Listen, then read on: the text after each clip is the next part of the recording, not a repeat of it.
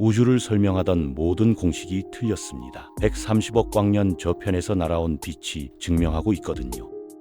존재 자체가 불가능한 은하들이 그곳에서 타오르고 있고 별보다 먼저 블랙홀이 생겨났으며 우주는 두 가지 다른 속도로 팽창하고 있습니다. 제임스 웹 우주망원경이 보내온 이미지 하나하나가 100년 넘게 쌓아온 우주론을 뒤흔들고 있죠. 과학자들은 이 천체들을 우주 파괴자라고 부릅니다. 발견은 확인됐고 계산은 검증됐으며 우리의 우주론은 지금 무너지는 중입니다. 이 이야기를 지금부터 차근차근 풀어보겠습니다.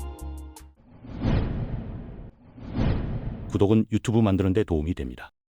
망원경이 처음 포착한 건 모래알만큼 작은 하늘 조각이었습니다. 과학자들은 희미한 얼룩 정도를 기대했죠. 하지만 전송된 건 믿기 힘들 정도로 밝게 빛나는 천체들이었습니다. 빅뱅 이후 단 5억 년밖에 안 된 시점에 이미 완성된 은하들이 존재했던 겁니다. 우주가 현재 나이의 3%밖에 안 됐을 때 말이죠. 모든 이론에서 이 시기의 은하는 어둡고 작아야 했습니다. 별 만드는 법을 이제 막 배우는 가스 구름 정도여야 했거든요. 그런데 관측된 은하들은 수십억 개의 별로 이루어진 거대한 불덩어리였습니다. 밝기는 우리 은하수보다 훨씬 강했고 크기는 비교도 안 될 만큼 작은 공간에 압축돼 있었죠.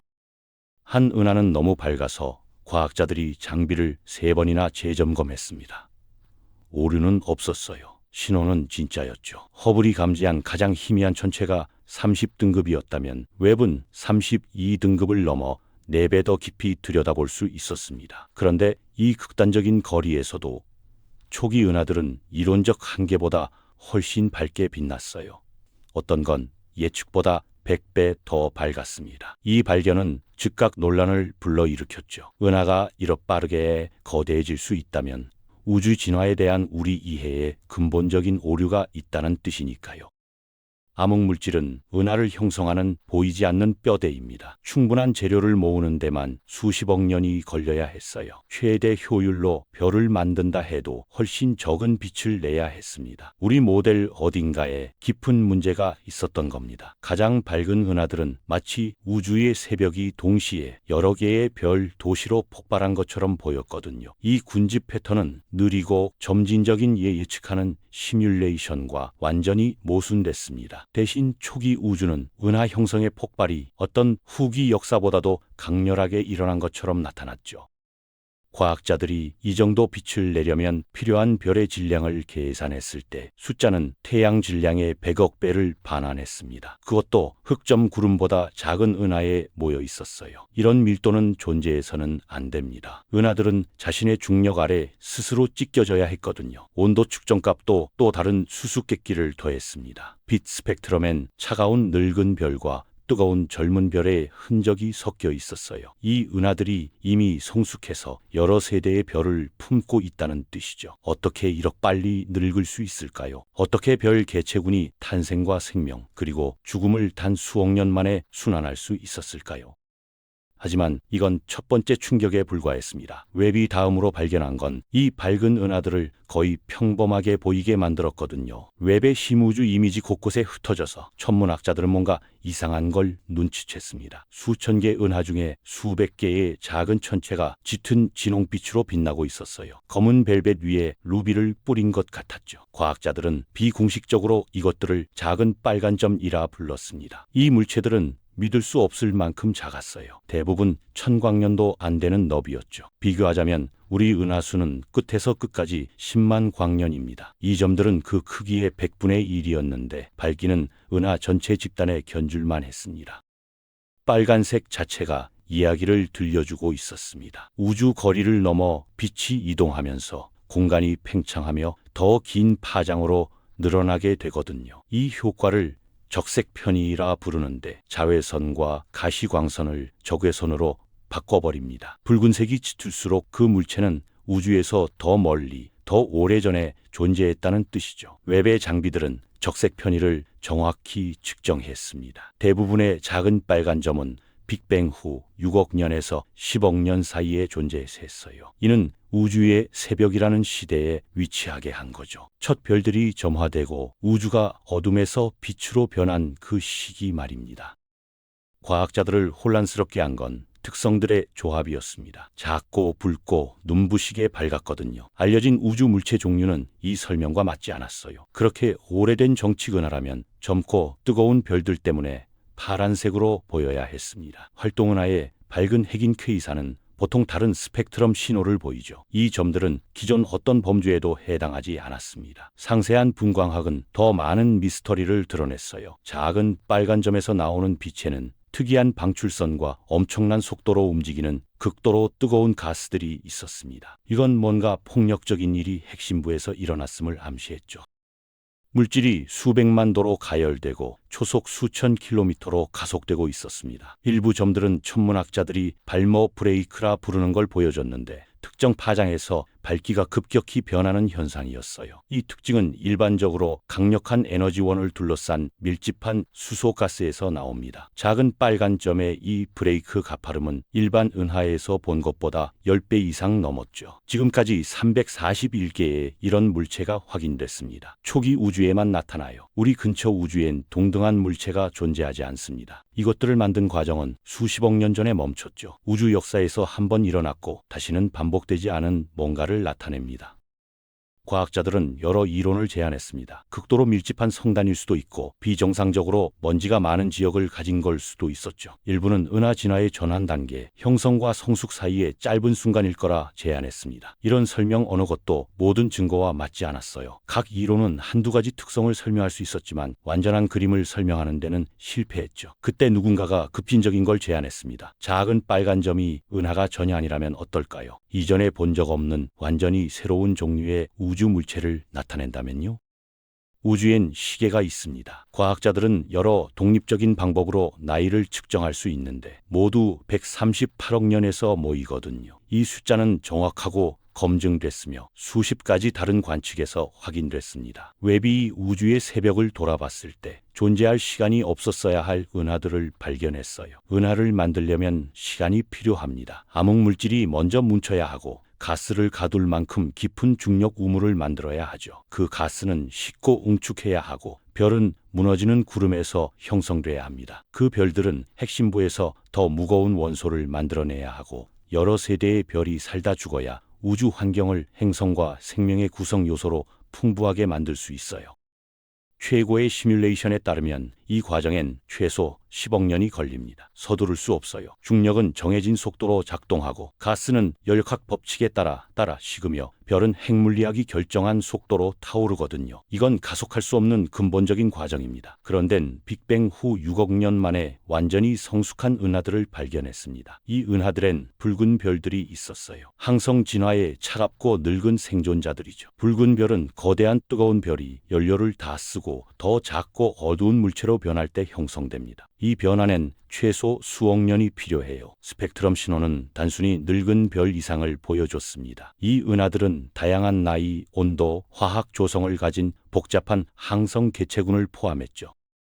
일부 별들은 금속이 풍부했는데 이미 이전 항성 세대를 거쳐 처리된 물질에서 형성됐다는 뜻입니다. 이렇게 이른 시기에 금속이 풍부한 별을 발견한 건 지도에 무인도로 표시된 땅에서 고대 유적을 발견한 것과 같았어요. 수학은 전혀 맞지 않았습니다. 빅뱅이 0시에 일어났고 이 은하들이 6억 년에 존재했다면 은하 형성은 믿을 수 없을 만큼 좁은 창에 압축돼야 했죠. 첫 별들은 빅뱅 후 1억 5천만 년에 점화됐습니다. 그러면 전체 은하를 조립하고 여러 세대 별을 형성하며 성숙에 도달하는데 4억 5천만 년밖에 안 남아요. 과학자들은 이걸 나이 문제라 부릅니다. 현대 우주론에 대한 가장 심각한 도전 중 하나로 평가받죠.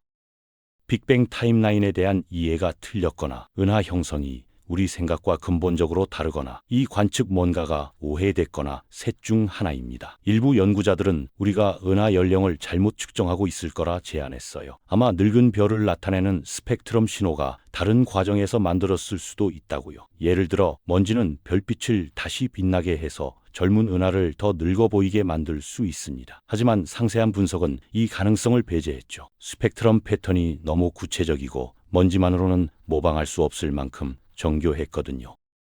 또 다른 가능성은 초기 우주에 우리가 이해하지 못하는 조건들이 있었다는 겁니다. 아마 그때는 별 형성이 더 빨랐을 거예요. 아마 초기 물질 밀도가 은하 조립을 더 효율적으로 만들었을 수도 있죠. 이 경우 항성 물리학과 우주론 교과서를 다시 써야 합니다. 나이 문제는 기초에 금을 냈어요. 초기 우주에 대한 모든 예측이 같은 모델에 의존했거든요. 그 모델이 이 성숙한 은하들을 설명하지 못한다면 또 뭐가 틀렸을까요?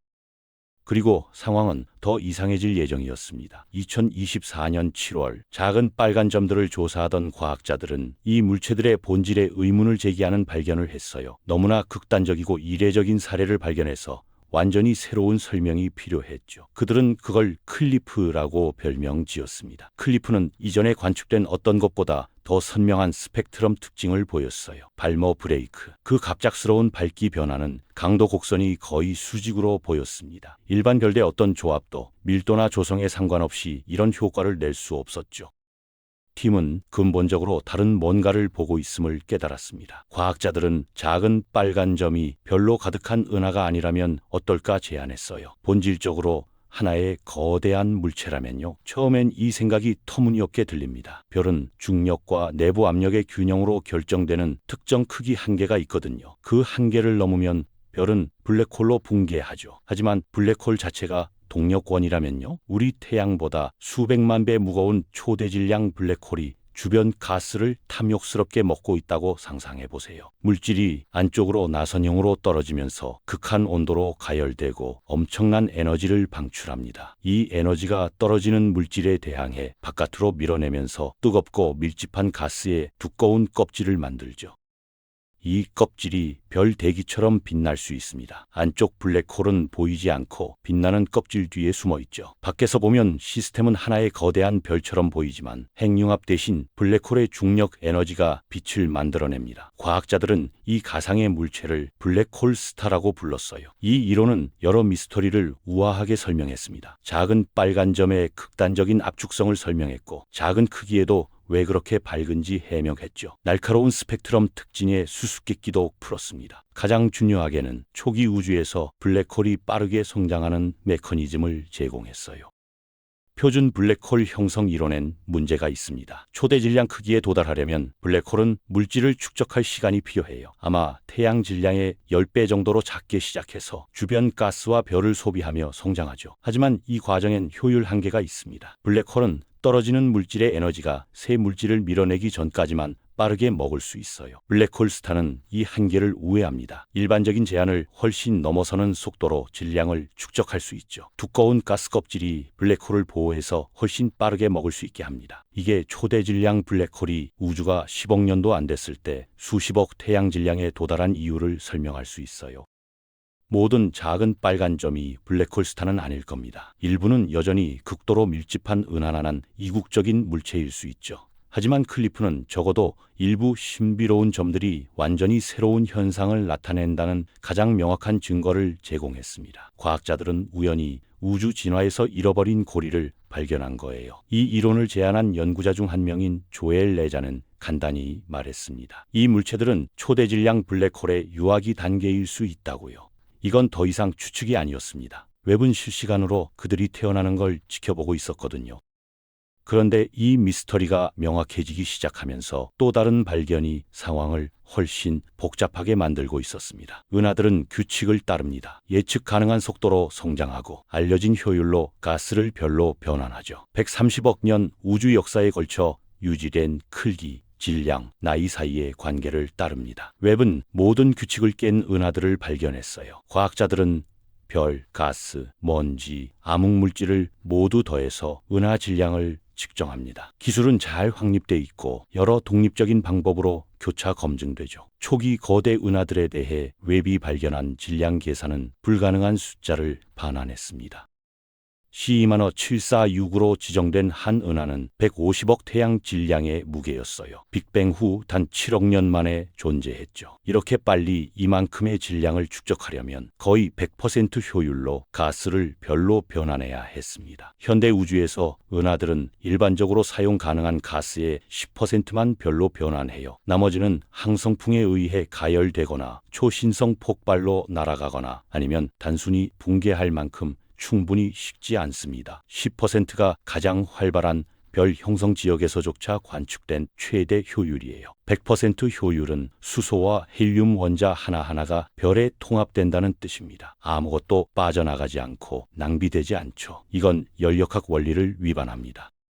가스가 중력 아래 붕괴할 때 뜨거워집니다. 그 열이 추가 붕괴를 저항하는 압력을 만들어요. 일부가 밀려나고 빠져나가지 않고는 모든 가스를 별로 압축할 수 없습니다. 질량 위기는 더 깊었어요. 이 은하들은 단순히 무거운 게 아니라 과도하게 무거웠고 이론적 한계를 10배에서 배 넘어섰습니다. 란다 차가운 암흑물질이라 불리는 표준 우주론 모델은 어떤 시기에 은하들에 얼마나 많은 물질이 있어야 하는지 정확한 예측을 합니다. 이 예측들은 암흑물질이 어떻게 뭉치고 그 암흑물질이 일반 물질을 어떻게 가두는지 이해에서 나와요. 람다 차가운 암흑물질은 수십 년간 시간의 시험을 견뎌왔습니다. 빅뱅에서 남은 복사인 우주 마이크로파 배경을 정확히 설명하고 은하와 공허의 그물인 우주의 대규모 구조를 설명하며 초기 우주에서 형성된 가벼운 원소의 풍부도를 예측하죠.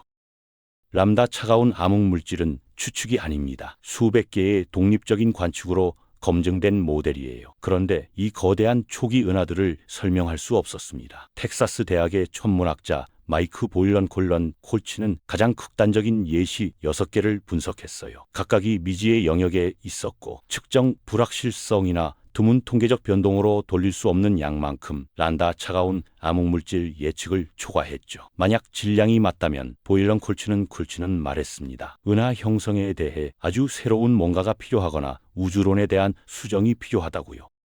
한 극단적인 가능성은 우주가 빅뱅 후 모델이 예측한 것보다 빠르게 팽창했다는 겁니다. 이건 새로운 힘, 새로운 입자, 표준 모델을 넘어선 물리학을 필요로 하죠. 일부 과학자들은 아마 초대질량 블랙홀이 이 은하들을 실제보다 더 무겁게 보이게 만들고 있을 거라 제안했어요. 먹이를 먹는 블랙홀은 주변 가스를 가열할 수 있는 엄청난 복사를 만들어내서 은하를 더 밝게 만들고 따라서 더 많은 별을 포함한 것처럼 보이게 하죠. 이 설명은 일부 경우엔 작동했지만 전부는 아니었습니다. 질량 위기는 근본적인 문제를 드러냈어요. 은하 질량을 측정하는 우리 방법이 체계적으로 틀렸거나 초기 우주가 오늘날 관측하는 것과 다른 물리 법칙 아래 작동했거나 둘 중 하나입니다. 어느 선택지도 편안하지 않았죠. 그러다 웹이 질량 문제를 단순하게 보이게 만드는 뭔가를 발견했습니다. 대부분 은하 중심엔 초대 질량 블랙홀이 있어요. 이 관계는 우연이 아닙니다. 은하와 중심 블랙홀은 우주 시간에 걸쳐 함께 성장하며 특정 비율을 유지하거든요. 은하의 항성 질량 1000단위마다 중심 블랙홀은 약 1단위 질량을 포함합니다. 이 비율은 수십억 년과 수십억 은하에 걸쳐 유지되죠. 웹은 이 관계를 산산조각 냈습니다. 단순히 무거운 게 아니라 터무니없이 과도하게 무거운 블랙홀들을 발견했어요. 그들의 호스트 은하가 지탱할 수 있는 것보다 훨씬 무겁죠. 빅뱅 후 단 8억 년에 위치한 은하 버질에서 과학자들은 우리 태양 질량의 1억 배를 넘는 블랙홀 질량을 측정했습니다. 은하 자체는 10억 태양 질량을 설명할 만큼의 별을 거의 포함하지 않았어요. 블랙홀이 은하 전체 질량의 10%를 차지했죠. 이 비율은 존재해서는 안 됩니다. 현대 은하에서 블랙홀은 은하 질량의 0.1%를 차지해요. 버질의 블랙홀은 있어야 할 것보다 100배 더 지배적이었습니다. 은하는 본질적으로 거대한 블랙홀 핵심 주위를 감싼 얇은 별 껍질이었어요. 어떻게 이런 물체가 형성될 수 있을까요? 블랙홀은 물질을 소비하며 성장합니다. 가스, 먼지, 때로는 별 전체를 끌어당기죠. 하지만 이 과정엔 한계가 있습니다. 블랙홀을 향해 물질이 떨어지면서 뜨거워지고 복사를 방출해요. 이 복사가 떨어지는 물질에 대항해 밀어내며 성장 속도에 자연적인 브레이크를 만듭니다. 에딩턴 한계라 불리는 이 한계는 블랙홀이 너무 빠르게 성장하는 걸 막아요. 8억 년 안에 1억 태양 질량에 도달하려면 블랙홀은 존재 내내 에딩턴 한계를 초과해야 합니다. 최대 이론적 속도의 5배에서 10배로 먹어야 하죠. 일부 블랙홀은 특별한 상황에서 잠깐 에딩턴을 초과할 수 있지만 수억 년간 초-에딩턴 강착을 유지하는 건 불가능해 보였습니다. 과학자들은 우주 정오에 12개의 과도하게 무거운 블랙홀을 발견했어요. 빅뱅 후 20억 년에서 30억 년 사이에 별 형성이 정점에 달한 시기죠. 이 블랙홀들은 호스트 은하에 비해 두 자릿수 너무 무거웠습니다. 비율이 약간 틀린 게 아니었어요. 근본적으로 깨져 있었죠. 빅 레드 닷이라 별명 붙은 한 물체는 모든 형성 시나리오를 거부하는 블랙홀을 호스팅했습니다. 블랙홀이 은하보다 무거워서 먼저 형성되고 은하가 나중에 그 주위에 조립됐음을 시사하는 비율이었어요. 이건 우주 진화의 전체 순서를 뒤집었습니다. 전통적인 그림은 은하가 먼저 형성된다고 말해요. 암흑물질이 중력 우물을 만들고 가스가 떨어지며 별이 점화되죠. 깊은 중심부에서 블랙홀이 무너지는 별로부터 씨앗을 뿌립니다. 시간이 지나면서 블랙홀은 천천히 성장하고 호스트 은하로부터 물질을 공급받아요. 둘은 함께 진화하며 질량 비율을 유지하죠. 과도하게 무거운 블랙홀들은 이 그림이 불완전하거나 완전히 틀렸음을 시사했습니다. 아마 블랙홀이 먼저 밀집한 가스 구름의 직접 붕괴로 형성됐을 거예요. 아마 첫 세대 별에서 남은 중간 질량 씨앗에서 성장했을 수도 있고요. 아마 초기 우주엔 블랙홀이 일반적인 성장 제한을 우회할 수 있게 한 물리적 조건이 있었을 겁니다. 이 물체들을 연구하는 연구자 중 한 명인 조지 이라는 솔직히 말했어요. 웹은 초대질량 블랙홀이 어떻게 형성됐는지에 대한 우리 아이디어가 거의 완전히 틀렸음을 보여줬다고요. 블랙홀이 많은 경우 은하보다 앞서갔다고요. 이 발견은 심오한 함의를 지녔습니다. 블랙홀이 은하보다 먼저 형성됐다면 은하 형성 자체를 형성했을 수 있어요. 그들의 에너지 출력이 가스가 어떻게 식고 붕괴했는지 영향을 미쳤을 수 있죠. 첫 항성 개체군의 씨앗이 됐을 수도 있습니다. 우주의 역사는 은하가 아니라 블랙홀이 쓴 이야기일 수 있어요. 하지만 또 다른 문제가 있었습니다. 이 은하들은 단지 과도하게 무거운 블랙홀을 호스팅하는 게 아니었어요. 물리적으로 불가능해야 할 속도로 별을 형성하고 있었거든요. 별 형성은 지저분하고 비효율적인 과정입니다. 가스 구름이 중력 아래 붕괴하지만 대부분의 가스는 별로 들어가지 않아요. 일부는 항성풍에 의해 가열되고 배출되고, 일부는 초신성 충격파에 의해 날아가며, 일부는 단순히 붕괴하기엔 너무 뜨거운 채로 남습니다. 가장 잘 관측된 경우에 사용 가능한 가스의 약 10%가 별이 돼요. 10%가 천장입니다. 어떤 별 형성 지역도 이 효율을 일관되게 넘어선 적이 없어요.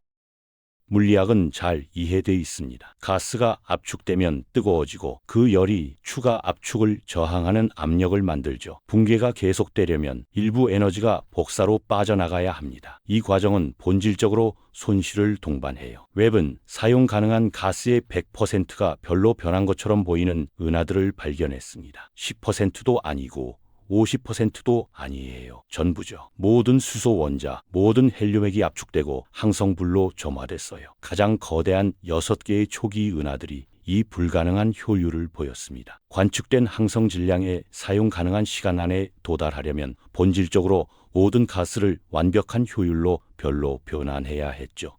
낭비 없고 손실 없이 완전한 변환이요. 이건 기본 연력학을 위반했습니다. 한 형태의 에너지를 다른 형태로 완벽한 효율로 변환할 수 없어요. 연력학 제2법이 금지합니다. 가장 차가운 분자 구름에서도, 가장 강한 중력 붕괴 아래서도 일부 가스는 빠져나가야 해요. 열은 퍼져야 하고 압력은 밀어내야 하죠. 완벽한 효율은 이론적으로 불가능합니다. 하지만 관측은 거짓말하지 않았어요. 이 은하들은 존재했고 측정된 별 개수를 포함했으며 관측된 시간 안에 형성됐습니다. 별 형성에 대한 우리 인과에 뭔가가 근본적으로 불완전했던 거죠. 한 가능성은 초기 우주가 다른 조건을 가졌다는 겁니다. 아마 그때 가스가 더 밀집해서 중력이 열 압력을 더 쉽게 극복했을 거예요. 아마 첫 별들은 오늘날 일어나는 것과 다른 과정을 통해 형성됐을 수도 있죠. 아마 별 융합으로 아직 생성되지 않은 무거운 원소가 없었기 때문에 가스가 다르게 행동했을 겁니다. 또 다른 가능성은 우리가 주요 물질의 원천을 놓치고 있다는 거였어요. 아마 초기 우주엔 모델이 예측한 것보다 더 많은 가스가 있었을 거예요. 은하들이 추가 수소와 헬륨 저장소에 접근할 수 있었다면 완벽한 효율 없이도 더 많은 별을 형성할 수 있었죠.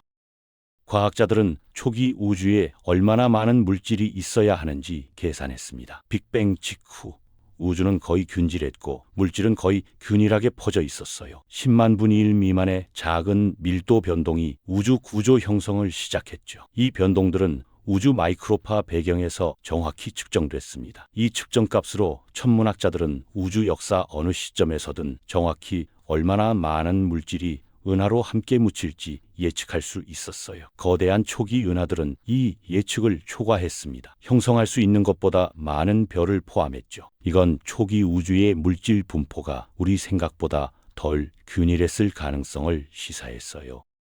아마 더 밀집한 지역들이 우리 모델이 놓친 곳에 존재했을 겁니다. 아마 암흑물질이 시뮬레이션이 예측한 것보다 더 효율적으로 뭉쳤을 거예요. 아마 은하의 씨앗이 우리가 믿었던 것보다 더 빨리 형성됐을 수도 있죠. 각 설명은 우주 역사에 대한 기본 가정들을 수정해야 했습니다. 빅뱅이 우리 생각보다 더 많은 물질을 만들었거나 그 물질이 중력이 허용하는 것보다 빠르게 모였거나 초기 우주에서 별 형성이 다른 물리 법칙으로 작동했거나요. 별 공장 역설은 우리의 무지를 드러냈습니다. 우리는 별이 왜 형성되는지 이해한다고 생각했어요. 근처 별 형성 지역을 자세히 관측했으니까요. 하지만 그 관측들은 성숙한 금속이 풍부한 현대 우주의 별 형성만 포착했습니다. 첫 은하들은 다른 규칙으로 플레이했죠. 그리고 그 규칙들은 웹이 시선을 우주 정오로 돌렸을 때 더욱 이상해졌습니다. 빅뱅 후 20억 년에서 30억 년 사이에 놀라운 일이 일어났어요. 우주가 이전에도 이후에도 없던 것처럼 별 형성의 광란 속에 폭발했거든요.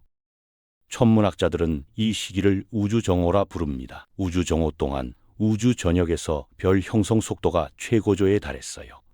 은하들이 오늘날 은하수보다 수백 배 빠르게 새로운 별을 만들어냈죠. 전체 성단들이 동시에 점화됐고 가스 구름들이 연쇄적인 별 탄생의 파도로 붕괴했습니다. 우주는 신선한 별빛으로 타올랐어요. 현재 존재하는 별의 절반이 우주 정오에 태어났습니다. 10%나 30%가 아니라 절반이요. 밤하늘을 올려다보면 보이는 별의 절반이 100억 년 전 10억 년 동안 형성됐다는 뜻입니다. 우주는 그 후 100억 년을 그저 초기 활동 폭발로 관성주행했을 뿐이에요. 웹의 메가 서베이는 이 시대를 전례 없는 세부 사항으로 포착했습니다. 과학자들은 망원경의 중적 외선 능력을 사용해 이전 관측에서 우주정오 은하들을 가렸던 두꺼운 우주먼지를 뚫어봤어요. 허블 망원경은 이 은하들을 희미한 빨간 얼룩으로 봤지만 웹은 그들을 엄청난 속도로 가스 저장소를 태우는 광대한 별 유가실로 드러냈죠. 큰 곰자리 근처 좁은 하늘 조각인 확장 성장 스트립이 우주 정오 연구의 중심지가 됐습니다. 이 지역엔 별 형성이 정점일 때 우주를 보여주는 적절한 거리에 수천 개 은하가 있거든요. 웹은 이 영역을 수백 시간 동안 응시하며 우주 정오 활동의 포괄적인 집계를 구축했어요. 망원경이 발견한 건 연구자들을 충격에 빠뜨렸습니다. 은하들이 별을 꾸준히 형성하는 게 아니었어요. 폭발하고 있었죠. 별 형성률이 단 수백만 년 만에 10배 이상 뛰는 폭력적인 에피소드로 점화됐습니다. 이 별 폭발 사건들은 거대한 가스 저장소를 지질학적 순간의 별로 변환시켰어요. 조사에서 관측된 한 은하는 연간 1000태양 질량 속도로 별을 형성했습니다. 비교하자면 우리 은하수는 매년 약 2태양 질량 어치의 별을 형성해요. 이 우주 정오 은하는 500배 빠르게 별을 생산하고 있었죠. 이 속도라면 단 1000만 안에 전체 가스 공급을 소진할 겁니다. 폭발은 은하 충돌과 합병으로 촉발됐어요. 두 은하가 충돌하면 가스 구름들이 서로 부딪혀 압축되고 가열되죠. 이 압축이 두 은하 전체에 걸쳐 별 형성을 점화합니다. 웹은 다양한 합병 단계의 여러 은하를 포착하며 충돌 지역에서 별 형성이 생명으로 폭발하는 걸 지켜봤어요. 우주 먼지가 이 활동 대부분을 가렸습니다. 먼지는 젊은 별의 자외선과 가시광선을 흡수하고 적외선으로 재방출해요. 가시광선에 최적화된 이전 망원경들은 대부분의 행동을 놓쳤죠. 웹의 적외선 시야가 먼지를 뚫고 우주 정오 별 형성의 전체 강도를 드러냈습니다. 조사는 또한 예상치 못한 뭔가를 드러냈어요. 우주 정오 동안 초대질량 블랙홀이 항성 개체군과 함께 성장했습니다. 두 과정이 연결돼 있었죠. 은하들이 미치듯이 별을 형성하면서 중심 블랙홀들도 똑같이 미친 듯이 먹었습니다. 별과 블랙홀 모두 같은 가스 공급을 두고 경쟁했어요. 일부 경우엔 블랙홀이 이겼습니다. 그들의 에너지 출력이 너무 강해져서 주변 가스를 별 형성에 필요한 온도를 넘어서 가열했죠. 이게 항성 탄생을 차단하며 은하를 급냉시켰습니다. 웹은 급냉 중인 은하들을 관측했어요. 외곽 지역은 여전히 별을 형성하는데 핵심부는 어두워진 상태죠. 우주 정오는 우주가 가장 생산적일 때를 드러냈습니다. 이 시대 후 별 형성은 꾸준히 감소했어요. 은하들이 가스 공급을 소비했고 블랙홀 피드백이 새로운 별 형성을 막는데 더 효율적이 됐죠. 우주는 대부분의 은하가 적당한 속도로 별을 형성하거나 전혀 하지 않는 현재 상태로의 긴 느린 쇠퇴에 들어갔습니다. 우주 정오를 이해하는 건 중요해요. 우리가 살고 있는 우주를 형성했으니까요. 그때 태어난 별들이 우주를 무거운 원소로 씨앗을 뿌렸고 첫 성숙한 은하들을 형성했으며 행성과 화학, 결국 생명의 조건을 만들었거든요. 존재의 절반이 이 짧은 폭발적 시대에 기원을 두고 있습니다. 하지만 웹이 우주 정오의 비밀을 드러내는 동안 동시에 우리 전체의 우주론적 틀을 위협하는 뭔가를 확인하고 있었습니다. 우주는 팽창하고 있어요. 이건 이론이 아닙니다. 1929년 에드윈 허블이 처음 알아챈 이래로 수없이 측정된 관측된 사실이죠. 은하들은 서로에게서 멀어지고 공간 자체가 늘어납니다. 은하가 멀리 있을수록 더 빠르게 후퇴해요. 천문학자들은 허블 상수를 사용해 팽창을 측정하는데 은하의 거리를 후퇴 속도에 연결하는 숫자입니다. 허블 상수를 알면 우주가 얼마나 빠르게 팽창하는지 알 수 있고 우주의 나이를 계산할 수 있으며 수십억 년 후 우주 팽창의 운명을 결정할 수 있어요. 단 한 가지 문제가 있습니다. 허블 상수가 실제로 뭔지 합의할 수 없다는 거죠. 두 가지 다른 측정 방법이 양립할 수 없는 두 가지 답을 제공합니다. 이 차이를 허블 텐션이라 부릅니다. 한 방법은 빅뱅 후 남은 희미한 복사인 우주 마이크로파 배경을 봐요. 이 빛은 우주가 처음 투명해진 창조 후 38만 년부터 온 겁니다. 이 복사의 작은 온도 변동을 분석하면 과학자들은 우주가 초기에 얼마나 빠르게 팽창했는지 계산할 수 있어요. 표준 우주론 모델을 사용하면 이 초기 팽창률을 앞으로 추정해 오늘의 팽창 속도를 예측할 수 있죠. 이 방법은 일관되게 메가파섹당 약 67에서 68km 초당 허블 상수를 제공합니다. 즉 330만 광년마다 우주가 초당 67km씩 추가로 팽창한다는 뜻이에요. 이 수치는 정교하게 상세한 우주 마이크로파 배경 지도로 계산된 정확한 숫자입니다. 두 번째 방법은 인근 은하를 직접 관측하는 거예요. 천문학자들은 세페이드 변광성이라 불리는 특정 종류의 별을 사용해 은하까지 거리를 측정합니다. 이 별들은 밝기와 직접 관련된 규칙적인 주기로 맥동하거든요. 겉보기 밝기와 실제 밝기를 비교하면 거리를 계산할 수 있죠. 여러 은하에서 많은 세페이드를 측정하면 우주 거리 사다리를 쌓게 됩니다. 이 직접 측정 방법은 일관되게 메가파섹당 약 73km 초당 더 높은 허블 상수를 제공해요. 차이는 메가파섹당 6km 초당 정도로 작게 들릴 수 있습니다. 하지만 우주론에선 이 불일치가 엄청나요. 두 방법은 일치해야 해요. 같은 걸 측정하니까요. 그들의 의견 불일치는 근본적인 문제가 있음을 시사하죠. 수년간 과학자들은 텐션이 해소되길 바랐어요. 아마 허브우주 망원경의 측정값에 체계적 오류가 있었을 거라고요. 아마 별빛이 섞여서 밝기 측정을 혼동했을 수도 있고 아마 먼지가 세페이드를 예상보다 더 희미하게 만들었을 수도 있죠. 각 잠재적 오류 원천은 조사되고 배제됐습니다. 그런 다음 웹이 온라인이 됐어요. 우수한 해상도와 적외선 감도는 웹이 세페이드 변광성을 이전 망원경보다 더 명확히 관측할 수 있게 했습니다. 우주 팽창 가속을 발견해 노벨상을 받은 아담 리스는 웹을 사용해 5개 은하에서 1000개 이상의 세페이드를 관측했어요. 웹의 측정은 허블의 결과를 정확히 확인했습니다. 직접 관측한 허블 상수는 약 73에서 확고히 유지됐죠. 텐션은 계기판 오류가 아니었습니다. 차이는 진짜였어요. 두 가지 유효한 측정 방법이 근본적으로 다른 답을 제시했죠. 이건 일어나서는 안 됩니다. 물리학자들이 측정에 대해 의견이 다를 때 보통 한 방법이 결함이 있어요. 두 방법을 신중히 검사하고 오류를 찾아 수정하면 측정값이 수렴하죠. 허블 텐션은 수렴하지 않습니다. 모든 세련됨이 두 측정을 더 정밀하게 만들지만 여전히 완강히 차이가 나요. 대학원생 샹리는 웹 관측을 통해 처음으로 고화질로 우주를 본다고 설명했습니다. 데이터는 완벽했고 측정은 명확했으며 텐션은 의심할 여지 없이 확인됐죠. 이게 무슨 뜻일까요? 두 측정이 모두 맞다면 우주 팽창에 대한 우리 이해에 뭔가 잘못됐다는 겁니다.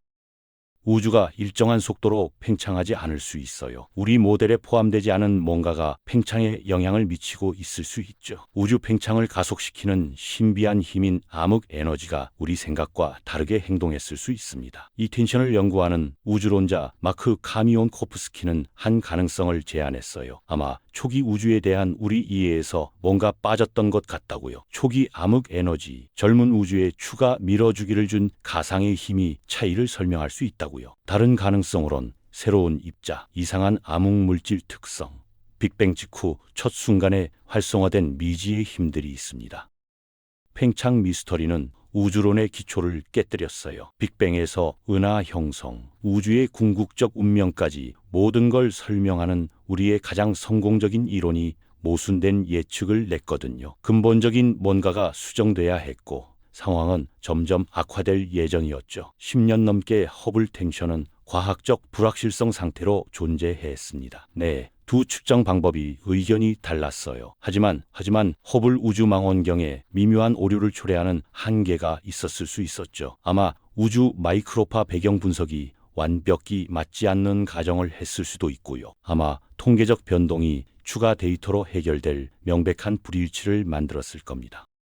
과학자들은 텐션이 진짜 위기가 아니라 인공물이길 바랐어요. 물리학에서 텐션은 측정이 개선되면 때로 사라지죠. 더 나은 계기가 모호함을 해결하고 더 많은 데이터가 혼란을 명확히 합니다. 허블 텐션은 이 패턴을 따라야 했어요. 하지만 그러지 않았습니다. 웹이 허블의 측정을 독립적으로 확인하면서 마지막 탈출구가 제거됐죠. 텐션은 계기 오류가 아니었어요. 낮은 해상도도 아니었고 통계적 잡음도 아니었습니다. 우주 팽창을 측정하는 근본적으로 다른 두 방법이 진정 다른 답을 제시했어요. 웹은 수백만 광년 떨어진 은하에서 세페이드 변광성을 허블에선 불가능한 선명함으로 관측했습니다. 망원경의 6.5m 지름 거울은 허블의 2.4 거울보다 훨씬 많은 빛을 수집했어요. 적외선 검출기는 허블의 관점을 가린 우주 먼지를 뚫고 지나갔죠. 측정은 더 깔끔하고 더 선명하며 더 신뢰할 수 있었습니다. 모든 세련됨이 불일치를 확인했어요. 가까운 별과 은하 관측으로 측정한 허블 상수는 약 73이었고 우주 마이크로파 배경에서 계산한 허블 상수는 약 67이었죠. 격차는 6%였습니다. 일반 과학에선 6%가 옳은 것과 완전히 틀린 것의 차이예요. 하미는 심오했습니다. 우주 마이크로파 배경 방법이 맞다면 뭔가가 로컬 우주를 실제보다 더 빠르게 팽창하는 것처럼 보이게 만들고 있었어요. 직접 측정법이 맞다면 초기 우주의 뭔가가 팽창 속도를 모델 예측보다 더 느리게 만들었죠. 어느 쪽이든 우리 이해는 불완전했습니다. 아담 리스는 상황을 직설적으로 말했어요. 관측된 팽창률과 표준 모형 예측 간 불일치가 우주에 대한 우리 이해가 불완전할 수 있다고 제안했다고요. 이건 추측이 아니었습니다. 수십 년간 확립된 데이터가 이론과 마주하는 과학자의 신중한 진술이었죠. 람다 차가운 암흑물질이라는 우주론 표준 모델은 1990년대 후반 이래로 지배해왔습니다. 우주 마이크로파 배경 패턴을 설명했고 대규모 우주 구조 형성을 예측했으며 수십억 년에 걸친 은하 진화를 설명했어요. 수백 개의 논문이 이에 의존했고 수천 번의 계산이 그렇게 가정했죠. 현대 우주론의 전체 건축이 그 기초 위에 세워졌습니다. 허블 텐션은 그 기초를 강타했어요. 람다 차가운 암흑물질이 우주 팽창에 대한 구체적인 예측을 드러냈는데 그 예측이 틀렸거든요. 가까이 가지 않았고 약간 틀린 게 아니라 측정 불확실성으로 돌릴 수 없을 정도로 틀렸습니다. 일부 과학자들은 람다 차가운 암흑물질에 대한 수정을 제안했어요. 아마 우주를 가속시키는 암흑 에너지가 일정하지 않았을 거라고요. 아마 시간이 지나며 강도가 변했을 수도 있다고요. 이건 서로 다른 시기의 팽창 속도에 영향을 미쳐 측정값을 조화시킬 수 있습니다. 하지만 모든 수정이 새로운 문제를 만들었고 모델의 다른 성공을 보존하기 위한 추가 조정이 필요했죠. 다른 과학자들은 문제가 더 깊다고 제안했습니다. 아마 모든 우주론 모델의 근간인 아인슈타인의 중력 이론, 일반 상대성 이론이 우주 규모에서 수정이 필요했을 거예요. 아마 표준 모형을 넘어선 새로운 힘들이 존재했을 수도 있고요. 아마 우주 팽창에 영향을 미치는 추가 차원들이 시대에 따라 다르게 작용했을 겁니다. 각 가능성은 불안한 전망을 열었어요. 일반 상대성 이론을 수정한다는 건 물리학에서 모든 계산이 맞다고 가정하며 다시 살펴본다는 뜻이죠. 새로운 힘을 발견하면 입자 물리학을 정교하게 설명하는 표준 모형이 불완전해집니다. 추가 차원을 더하려면 공간과 시간의 근본적인 본질을 제고해야 했어요. 허블 텐션은 현실에 대한 우리의 가장 기본적인 이해, 뭔가가 잘못됐음을 보여줬습니다. 공간이 우리 생각과 다르게 팽창하거나 시간이 우리 측정과 다르게 흐르거나 물질과 에너지가 우리가 아직 발견하지 못한 메커니즘을 통해 상호작용했죠. 어떤 선택지도 단순하지 않았고 명확한 해결책도 없었습니다. 이 상황을 연구하는 스티븐 핑켄스타인은 지금까지 오랜 시간 시험을 견딘 설득 있는 이론을 무너뜨리려면 압도적인 증거가 필요하다고 지적했어요. 텐션이 그 문턱을 향해 쌓이고 있었죠. 더 많은 관측이 위기를 해결하거나 우주론이 근본적인 수정을 필요로 한다는 걸 확인시켜 줄 겁니다. 웹은 계기 오류 가능성을 없앴어요. 다음 질문은 우주 이론 자체가 근본적으로 결함이 있는지였죠. 데이터에서 나오는 답은 점점 그렇다는 듯 보였습니다. 우주론의 표준 모델은 추측이 아닙니다. 수십 년의 관측, 수백 개의 과학 논문, 수천 시간의 망원경 시간 위에 서 있어요. 람다 차가운 암흑물질은 우주 마이크로파 배경 패턴을 정교한 정밀도로 설명하고 대규모 구조 형성을 정확히 예측하며 우주 팽창 역사를 올바르게 설명합니다. 25년간 던져진 모든 테스트를 살아남았죠. 웹의 발견들은 하나의 이상형 때문이 아니라 설명할 수 없는 문제들의 축적 때문에 그걸 무너뜨릴 위협을 했습니다. 거대한 초기 은하들, 과도하게 무거운 블랙홀들, 허블 텐션, 길게 늘어진 은하 형태들, 각 문제가 개별적으로는 사소한 모델 조정으로 해결될 수도 있어요. 하지만 함께라면 뭔가 근본적인 게 잘못됐음을 시사하죠. 위기는 차가운 암흑물질 구성 요소에 집중됐습니다. 이 가상의 물질은 우주 물질의 85%를 차지하지만 직접 감지된 적이 없어요. 입자 물리학자들은 40년간 차가운 암흑물질 후보를 찾았지만 성공하지 못했죠. 지하 검출기, 입자 충돌기, 천체 물리학적 탐색 모두 빈손으로 돌아왔습니다. 란다 차가운 암흑물질은 차가운 암흑물질이 계층적으로 뭉친다고 예측해요. 작은 헤일로가 먼저 형성되고 합쳐져 더 큰 헤일로를 만들며 은하들은 수십억 년에 걸쳐 이 헤일로 내에서 점진적으로 성장하죠. 이 상향식 조립 과정은 다양한 우주시대에서 은하 질량에 대한 구체적인 예측을 만듭니다. 웹의 우주 파괴자들은 이 예측들과 모순됐어요. 은하들이 너무 거대하게 너무 빨리 나타나서 차가운 암흑물질이 모델이 허용하는 것보다 빠르게 뭉치거나 은하 형성이 물리학이 허용하는 것보다 더 효율적이거나 초기 조건이 우리 생각과 달랐음을 시사했죠. 길게 늘어진 은하 형태는 다른 방향에서 차가운 암흑물질에 도전했습니다. 차가운 암흑물질 시뮬레이션은 특정 축 비율과 각운동량 분포를 가진 헤일로를 생산해요. 관측된 형태들은 이 예측들을 초과해서 따뜻한 암흑물질이나 파동 암흑물질 또는 다른 수정이 필요함을 시사했죠. 허블 텐션은 람다 구성 요소를 강타했습니다. 아인슈타인의 우주론 상수로 표현되는 암흑 에너지는 공간에 걸쳐 완벽히 균일하고 시간이 지나도 일정해야 해요. 그렇다면 우주 팽창은 예측 가능한 속도로 진행돼야 하죠. 텐션은 예측이 실패함을 보여줘서 암흑 에너지가 단순한 상수보다 더 복잡함을 암시합니다. 일부 과학자들은 란다 차가운 암흑 물질을 완전히 포기하자고 제안했어요. 아마 우주의 구성이 근본적으로 달랐을 거라고요. 아마 암흑 물질이 여러 유형으로 왔을 수도 있고 아마 암흑 에너지가 시간이 지나며 진화했을 수도 있죠. 둘 다 완전히 새로운 개념으로 교체가 필요했을 수도 있습니다.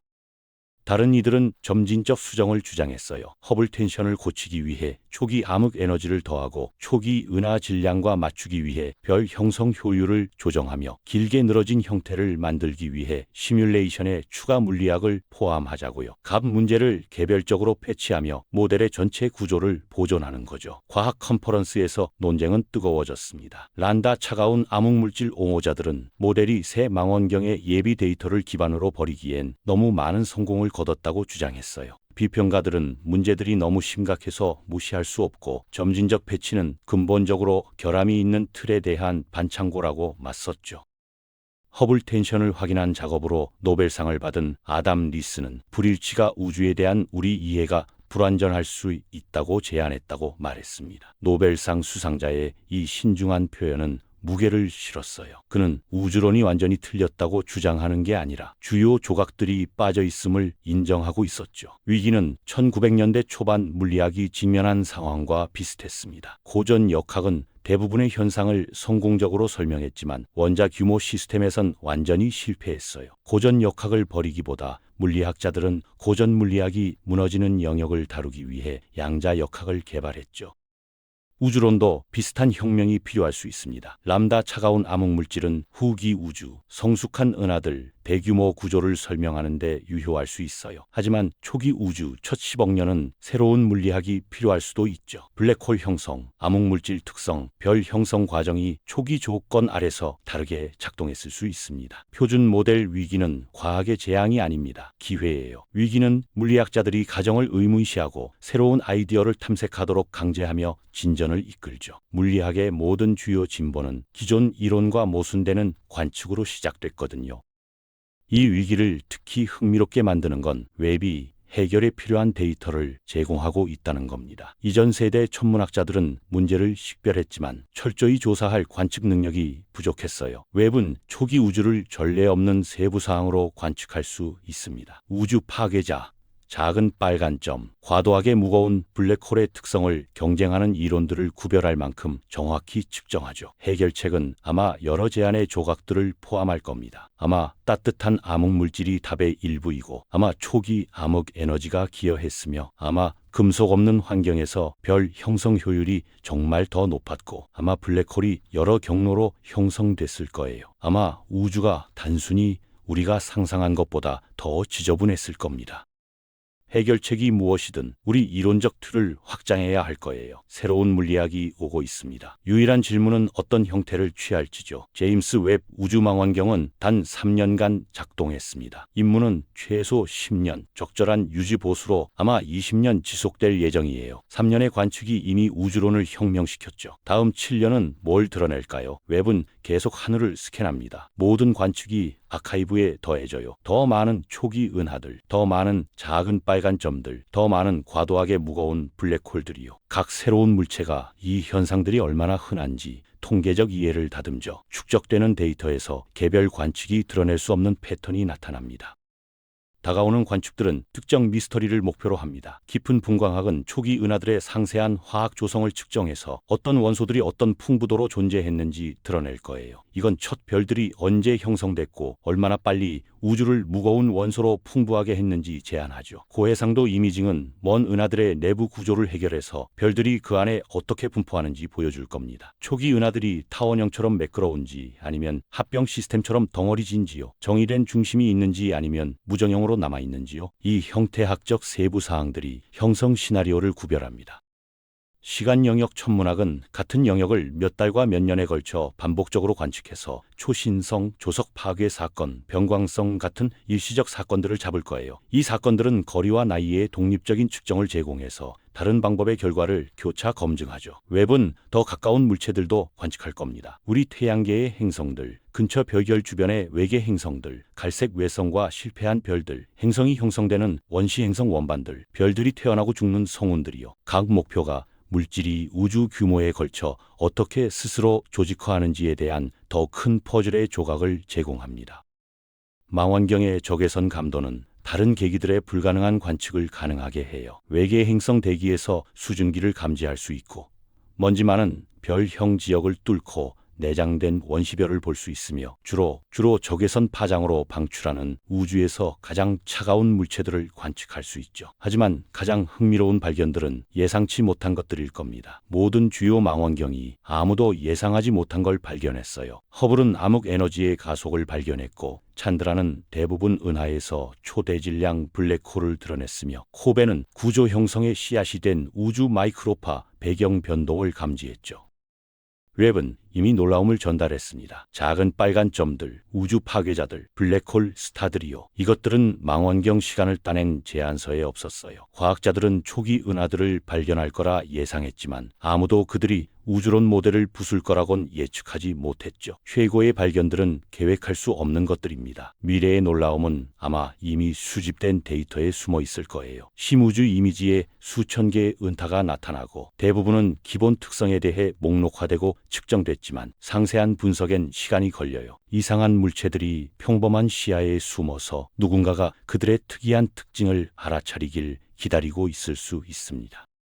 아카이브 연구는 수십 년간 계속될 겁니다. 2050년의 학생들도 여전히 웹 데이터를 분석하며 동시대 연구자들이 놓친 패턴과 물체들을 찾을 거예요. 천문학자들의 모든 세대는 새로운 관점과 새로운 질문들을 가져와서 같은 데이터에서 다른 발견들로 안내하죠. 보완적인 망원경들이 웹 과학을 향상시킬 겁니다. 39m 거울을 가진 유럽 초대형 망원경이 다른 능력으로 지상 기반 후속 조사를 제공할 거예요. 로만 우주 망원경은 광대한 영역을 조사해서 웹이 세부적으로 연구할 수 있는 드문 물체들을 찾을 거고요. 중력파 검출기는 웹이 광학 대웅물을 찾을 수 있는 블랙홀 합병을 식별할 겁니다.